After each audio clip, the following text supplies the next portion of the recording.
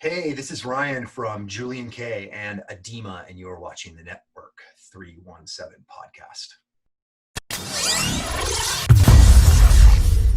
Ryan, we got a Harmonic Disruptor was released this year, correct? Let us know how that went. Tell us about it.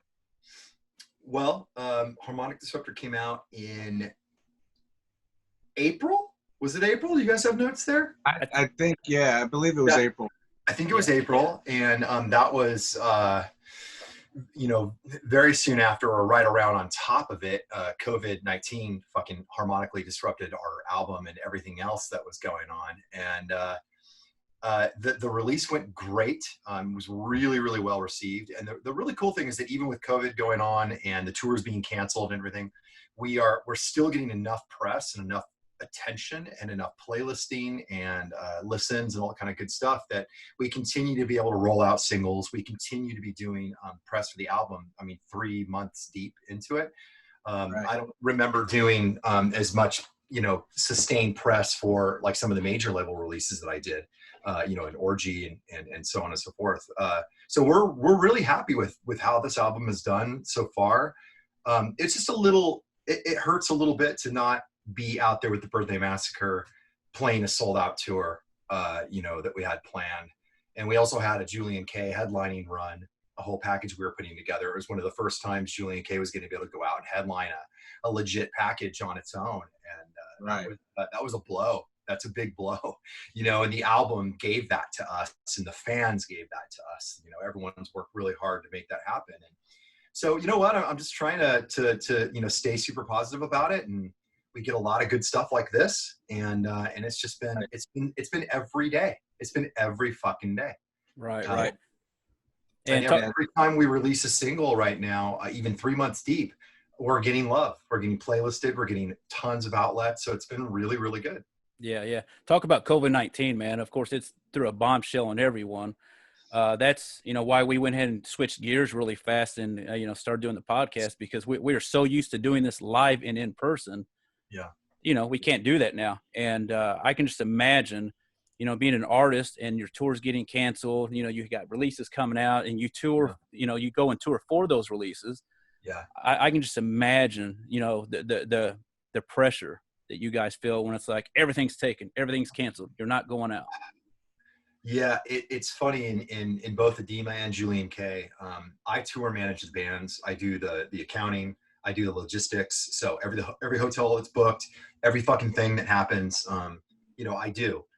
And I do it all on a Google sheet and I share it with everyone so everyone can get all the information real time. I don't do like tour, books or anything like that anymore because it's a fucking waste of my time. Right. And I have created a budget 15 fucking times.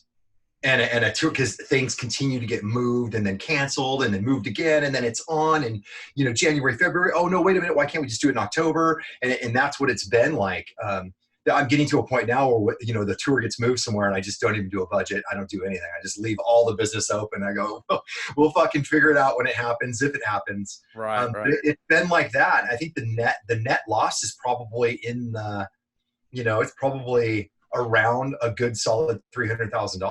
Wow. Which is fucking huge for for two independent bands. Oh, that's huge, man. That's huge. That's the money that you live off of. You know what I mean? Right. Not like you pocket all that money, but I mean that's it for the year.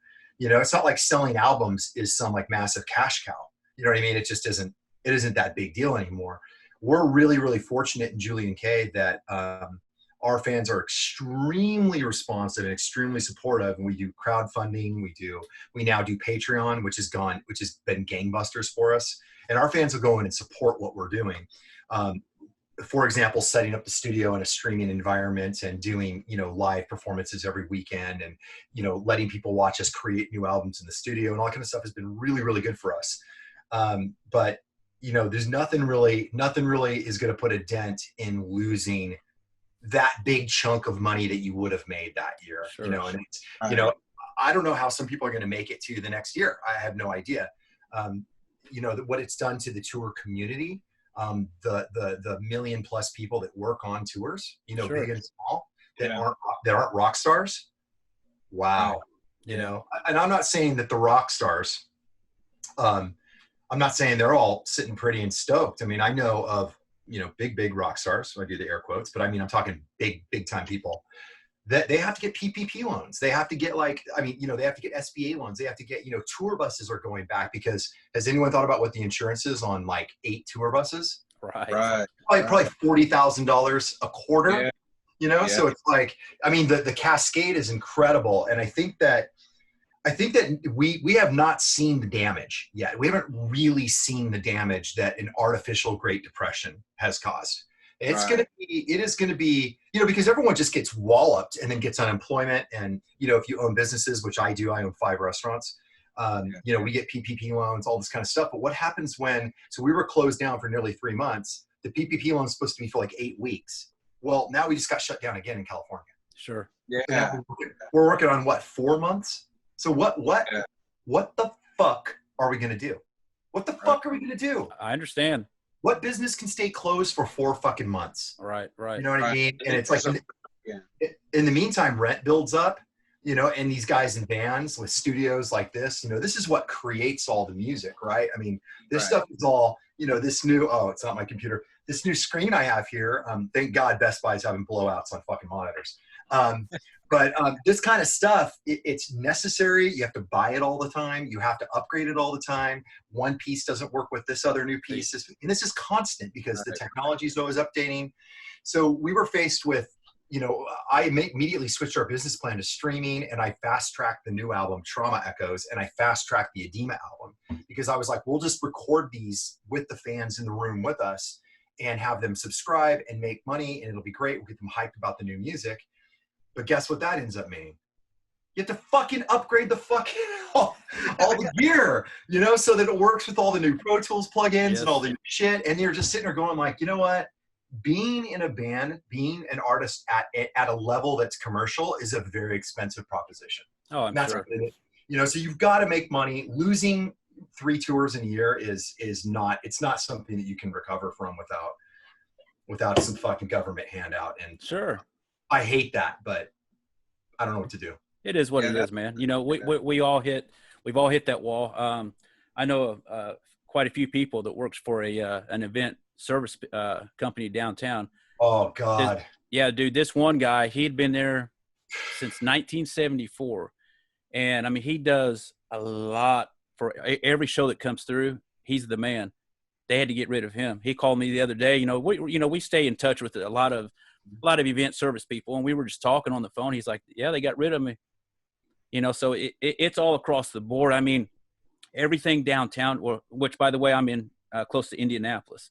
Oh, great. Okay. Yeah. So everything that was scheduled to come into town is gone. Like there's absolutely nothing coming to town. Nothing.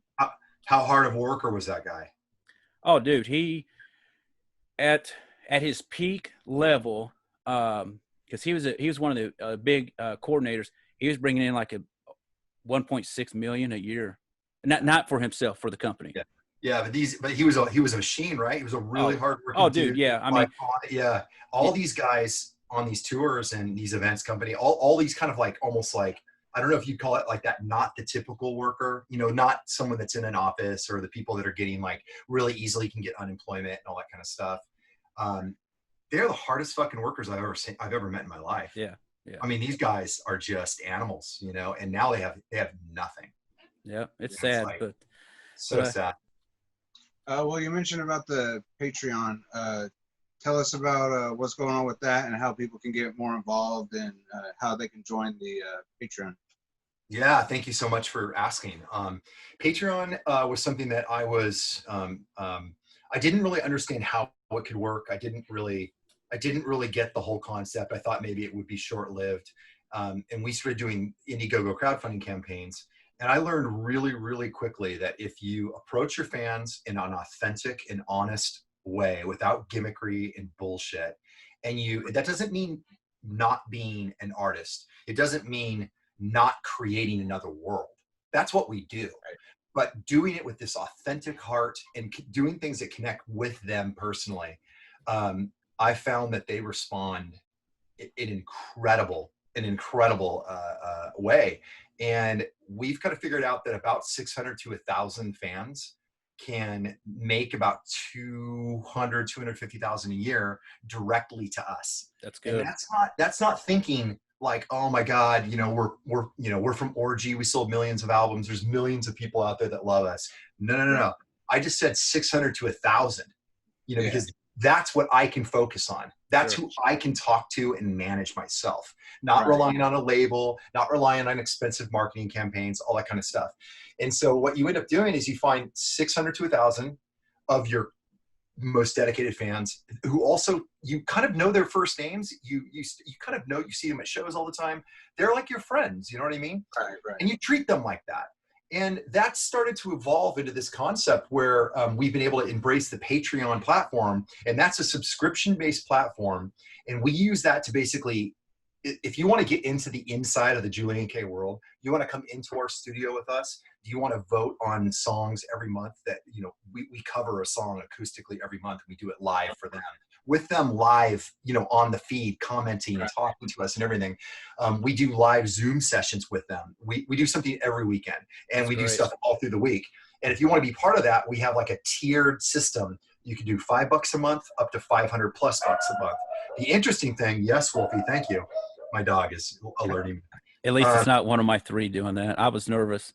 Yeah, he's funny. Okay, bud, thanks.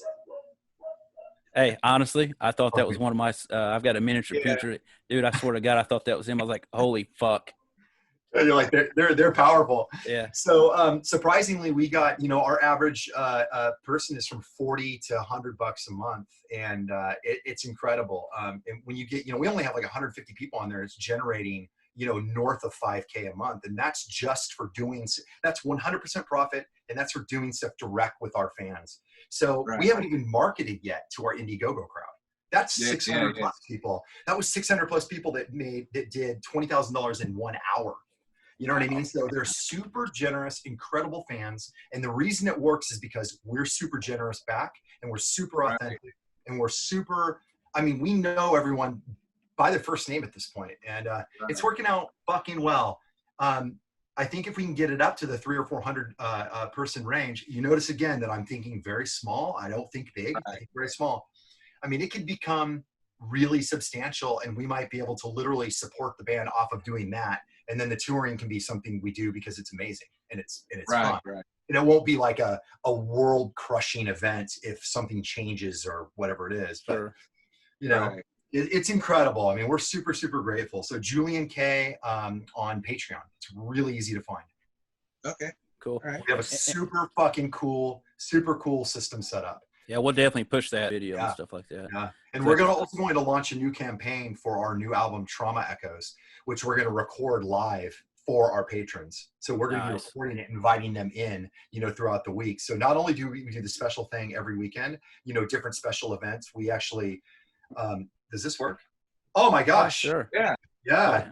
Nice. So, hey, don't tease us now. The other camera. Okay, so we have cameras everywhere, but I have certain software I'm using to interface with Zoom versus what we do on YouTube Studio.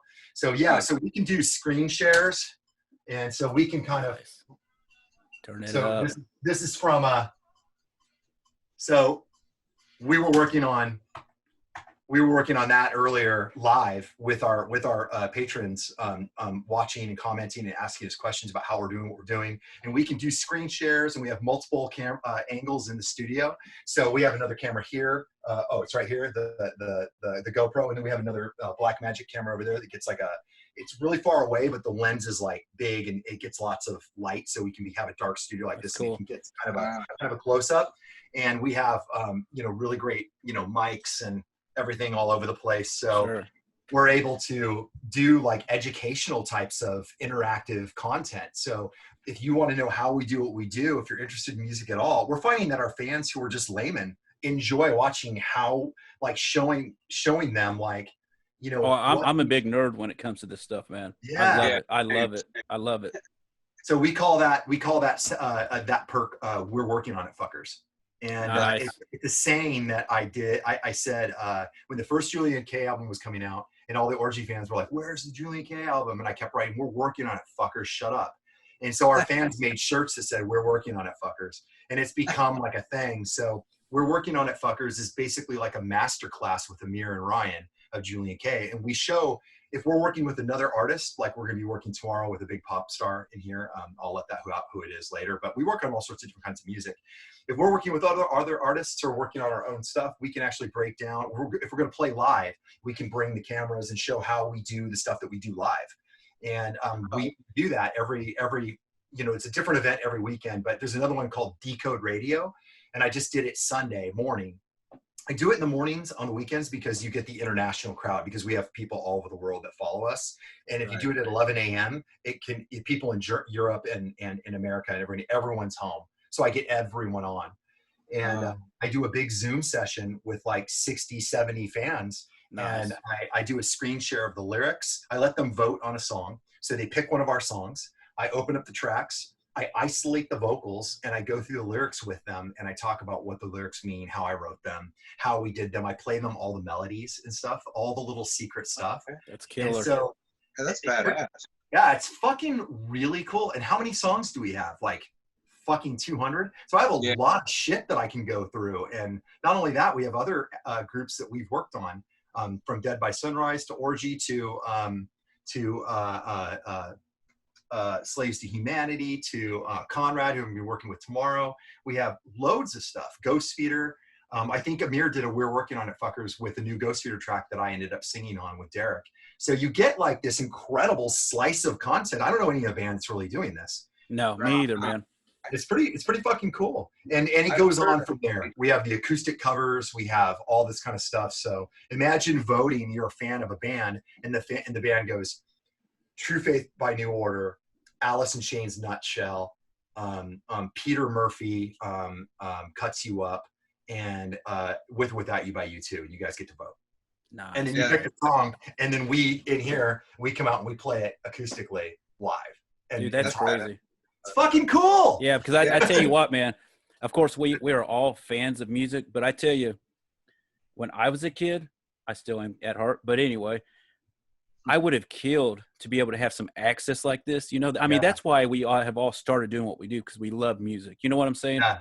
And just have access to be able to talk to the artist, you know, is phenomenal, you know, and I've been doing this since 1995, you know, but to have your fans, to be able to connect with you guys and see what you're working on in the studio and just be able to show them that screen like you showed us, that's phenomenal. Yeah. That goes back to where we used to open up the CD cases and read every single word in the CD jacket. Yeah. To me, that's what that is right there. Yeah. It's really fun. We even have like in the tiers, like we have a $500 and over tier, and we call that the Overlord. And if you're an Overlord, and let's say you wrote a really cool book, and you want us to advertise the book, nice. So we feature. So this is Sarah Hill's book, and it's called Stricken. It's on Amazon. So what we do is we use the shelves and stuff back here, and we will feature products and stuff. Like, say if someone wants to, you know, contribute to us at this level, we'll put their pictures up or whatever it is, and we'll actually talk about what they're doing. There's another Overlord named Jay who is in a band called Attack. It's spelt really weird, and another band called Point 223. And so I've been featuring his music on our Facebook and stuff like that, and we have a pretty big audience. So, you know, it's kind of rad if people are so cool as to support us with a monthly contribution at that level, then we're going to go out of our way and do really cool stuff with them. That's and I cool. think fans, they really dig it. You know, we've got Sarah to get a bunch of fans to actually buy the book, read the book, and leave reviews and all that kind of stuff, because it's really hard to be a creative and get noticed on Amazon. It's really hard to be a creative and get your videos noticed on YouTube. So if you're a fan of us and you help us up like that, well, we're going to help you out back. That's cool. That's pretty cool. It doesn't cost us anything except for our bandwidth and attention to give the love back. Yeah, right. Cool. Well, it's cool, especially during like this time when like everybody's stuck in their houses and they can't go out and do anything. They can't go to shows. They can't, do anything except stay at home or maybe drive around in their car. But at the same time, like when they have that connection with you and your patrons and stuff like that, like they can just kind of get out of their zone and into yours just for, 5-10 minutes even. And that will take like all that anxiety, all that stress, all that depression of being stuck in and not being able to see live shows and stuff. It kind of takes that pushes it down a little bit. So that's badass. I hope that I mean, that's what we're thinking, is that that fans of music are feeling exactly what you're saying. Their favorite thing in the world to do is not happening, and they're fucking going crazy.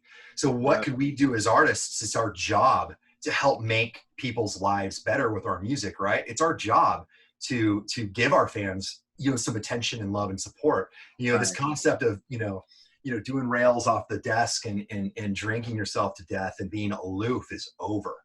You know what I mean? You gotta be engaged with your fans, and you've got to participate. And I think that right now we have a chance to really deliver some like good vibes into people's households, like directly, like you guys are doing. Yeah, that's what I'm saying. Like, just to get them out and just to get them into some other zone like that, that's going to help at least like somebody. It's going to help somebody. Might not help everybody, but it will help people. You know what I mean? So that's badass. Thank you very much. Adema, so how did you get involved as the lead singer, and is there any new music coming with you singing? There is.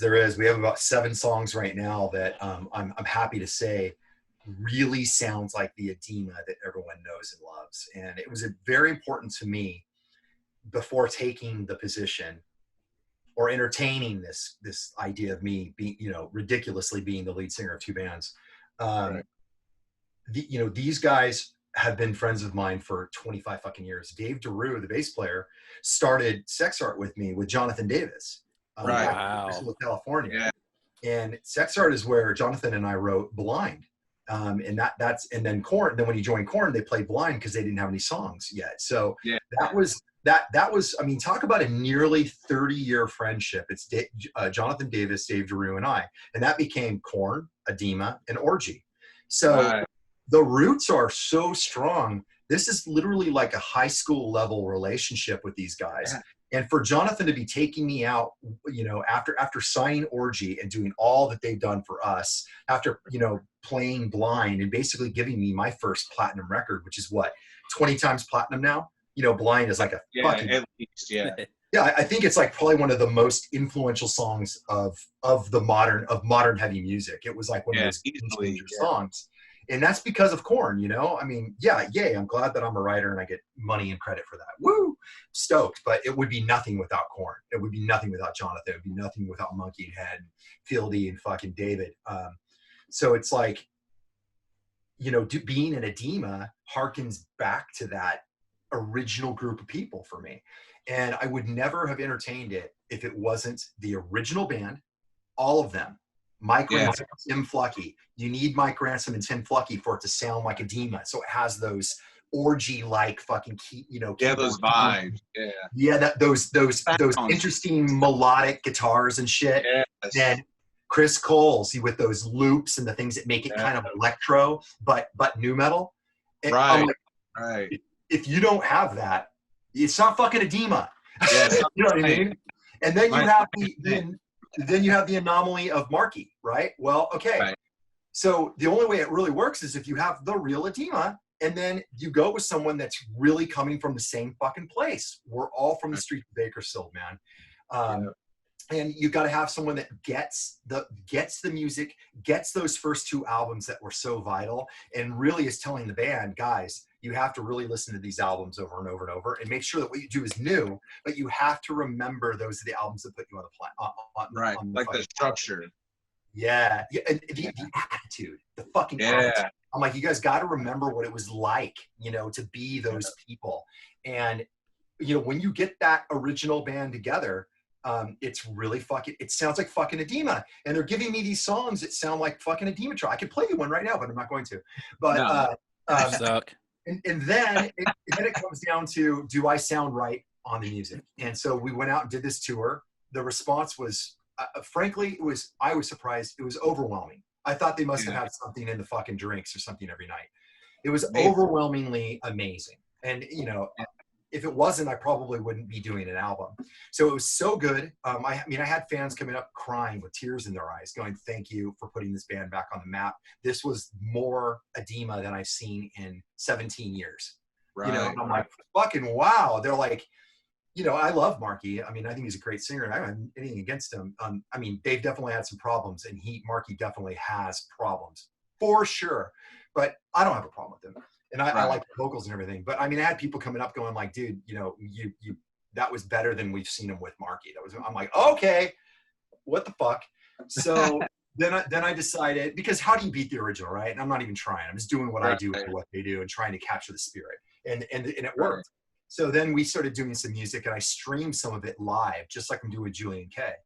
And I saw some of it. Yeah, so people were like, "Oh my God, these songs are great!" Da, da, da, da. And I'm like, "Okay, you know what? It's right. Let's go ahead and do it because the fans are digging it, you know, and that's fine." I mean, of course, there's every now and then you get someone that says, I mean, it's like 1 in 150. Someone just doesn't even listen and goes, "Adema's nothing without Marky." And I'm like, well.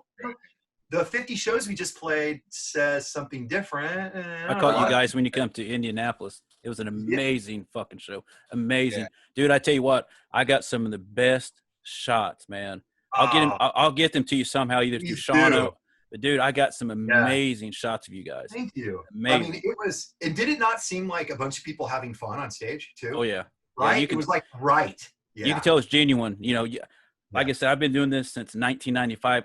I can tell when bands are bullshitting it up there, and I can tell when you're having fun. I've just been around bands for years. I can tell that was genuine. That was a great show. Great show. Thank you so much. Thank you so much. That means a lot to me. And it was funny when they asked me, you know, down the DL, like, "Hey, would you consider doing this tour with us? You know, we really want to do this tour." We're actually, you know, they're a popular band. They get offered real money to play, and they don't have a singer. I'm just like, fuck, that must suck. I know what it's like. I'm in Orgy, or I used to be in Orgy. I created Orgy with Jay Gordon and fucking Amir Durak, and then it basically, I'm in a situation where the real Orgy can't go do it. I'm like, fuck, that fucking blows. Yeah. I mean, that band would make so much money if everyone would do it. The real band with the real gear. Original. Oh man. Oh my God! Play the guitar synthesizers and the 7 strings. That would be I still have the actual actually when we used to get actual press kits sent to us. Yeah. Dude, I still have the first album. And it was just a Xerox copy. I think what was it, Warner Brothers or Reprise. Reprise. Sent it to me, and I still probably have it in the closet. It was a Xerox copy of it. Just said Orgy, and I think it had a few songs at the bottom of it, and that's all it was. But I still have that to this day. Wow, that's a collector's item. I'm trying to dude, man, I have so much stuff put back. My wife literally hollers at me. Yeah. So we have a long walk-in closet, and there's I bet 8 to 9 10 totes in there. That's amazing. She's always like, please get that shit out to the garage. It's kind of funny because on Harmonic Disruptor, we actually one of the ideas that we had was to literally go back and revisit Candy Ass. Wow. Same thing I'm doing with Adema. We were like, we need to recapture that feeling because no one's doing it. Orgy's not doing it. You know, the new Orgy or whatever. Yeah. We're like, the new Orgy. We're the ones that have all that gear. We're the ones that created that fucking thing. So I broke out literally like my original. You can see it says Ryan Orgy on it. This is what in my kid handwriting, and this is like one of the original like Orgy. This is off my pedal board. Anyway, a little Julien K sticker now, but this is like some of the original shit that like before we even had anything going on. This is the sounds. This is like one piece of it. Talk about Patreon. What's that? I said, talk about putting stuff on Patreon. I know. This is stuff we can do on Patreon. And I have the JP8080 guitar synthesizer, or actually synthesizer that Amir, was playing on Family Values and shit right below me in our rack. So we used all the original gear in our 7 strings and all that kind of shit on the new Harmonic Disruptor album, and that's why it has that sound. We kind of went back to capture the 90s again. We felt it was right. We just felt like it was right.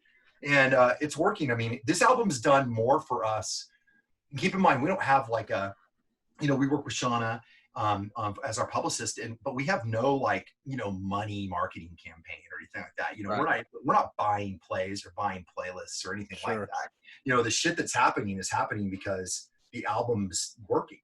So it's really, really cool. It's got that old school way of working itself. Yeah. But if you haven't paid for all of this and all of that and all of this, and it's just kind of doing its own thing and just letting it ride. Totally. That's badass. That actually reminds me, like, I had a question of, like, why did you guys choose to go back to your Orgy style?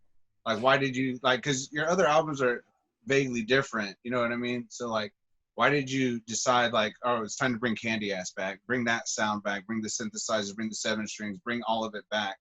Like, why?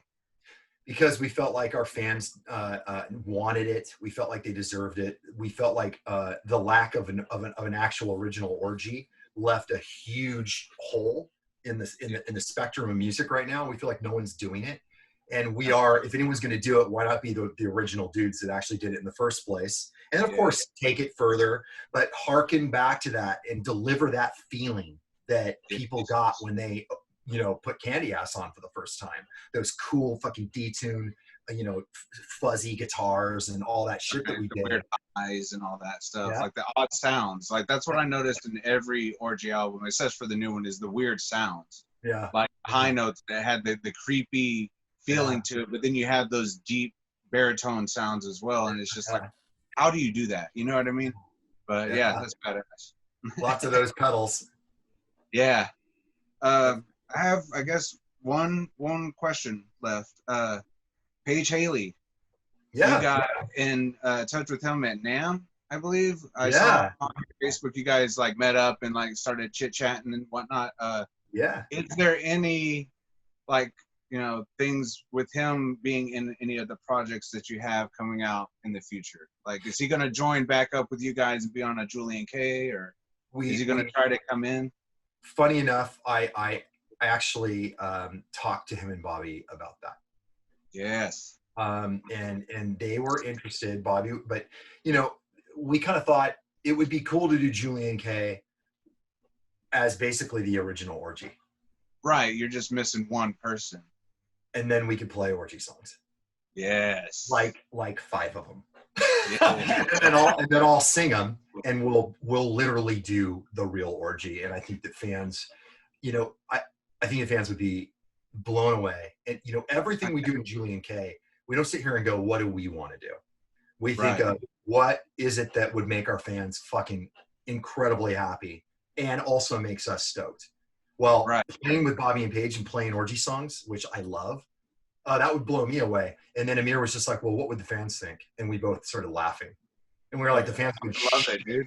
So, I mean, imagine we didn't tell anyone and Julien K went out and it's the entire band Orgy. I mean, it would have been amazing. So I don't know if it's going to happen because it is kind of a long shot, but we're really, really kosher. Like, we're very copacetic, and it was very close to actually happening. We were going to do it on this Birthday Massacre run and just surprise everyone. Birthday Massacre knew, and they were just like, what? People would piss themselves. You know, because they're Orgy fans, and they were beside themselves. And we were just like, fuck, man, I wonder if I could do this, because what a pleasure it'd be to do that with them. And then we could literally surprise everyone and kind of just break out an original Orgy set too. And so whether or not it'll really happen, I don't know, but the lines of communication are certainly open. Yeah, I think people would piss themselves if that happened, dude. Like, you know, and I can sing all that in my sleep, you know, and I sing a lot of it, you know, on the album and live, you know, so it's like not that big of it wouldn't be a big departure for me to just sing the whole thing, you know. It's right. Awesome. I know I would literally piss shit and throw up all over myself if I saw that shit all at the same time, just once, just all. Man. That's what I think fans needed it for real, honestly. Like, bring Orgy back, but not this whatever that is that Jay's got going on, but like the sound, man, that sound from the 3 albums you guys did, like, you know, Candy Ass, Vapor Transmission, and Punk Static, like, bring that shit back, because the world needs it, not just like your fans, like everybody needs to hear that shit again. We agree. We agree. We agree, brother. Yeah, it's cool. If you have anything to add, if you want to promote anything, of course, your Patreon, anything you want to push right now, let's hear it. I think that's it. I mean, just keep your eyes out for the new Trauma Echoes, which is essentially like a harmonic disruptor 2.0. Sort of what we did with California Noir, kind of. That was like one big work, like multiple album kind of collection. This is not, but it is a bit of a continuation of the theme. And the harmonic disruptor album quickly became about Chester. It just kind of fit. And trauma echoes is a concept that I came up with when I was hurting really bad over Chester. And I thought, trauma has an echo. Right. There's every now and then the echo hits you. Sure. Oh, the echo, and you're just like, what hit me? And then that hit me as a concept for an album. And I was like, well, we're doing harmonic disruptor, but maybe trauma echoes comes after the disruption. So there is a bit of a theme and a story.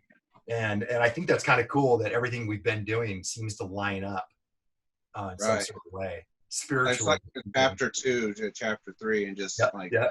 And I love that. I mean, I don't know what's going to come after, but Trauma Echoes has got about, I'd say 15 tracks in the folder right now that we kind of can mess with. And wow, some are more done. Some were just not right for harmonic disruptor. So they're kind of coming now. But if you like harmonic disruptor and you like dark wave and you like heavy and you like goth and that kind of stuff, you're going to dig Trauma Echoes. So we're going to drop a campaign for that soon. But we're not doing it on Indiegogo. We're going to do it ourselves. That's right. And then the Patreon, join the Patreon, support us, and you're going to get access to tons of shit. I mean, we do stuff all the time. Really cool stuff. All right, man. Hey, I'll tell you what, you have a good evening, and I really, really appreciate the time. Thank you. Hey, thank you, guys. Seriously. And hey, hang in there, and I can't wait to see you guys in person. Right on. Thanks. Right. Take care.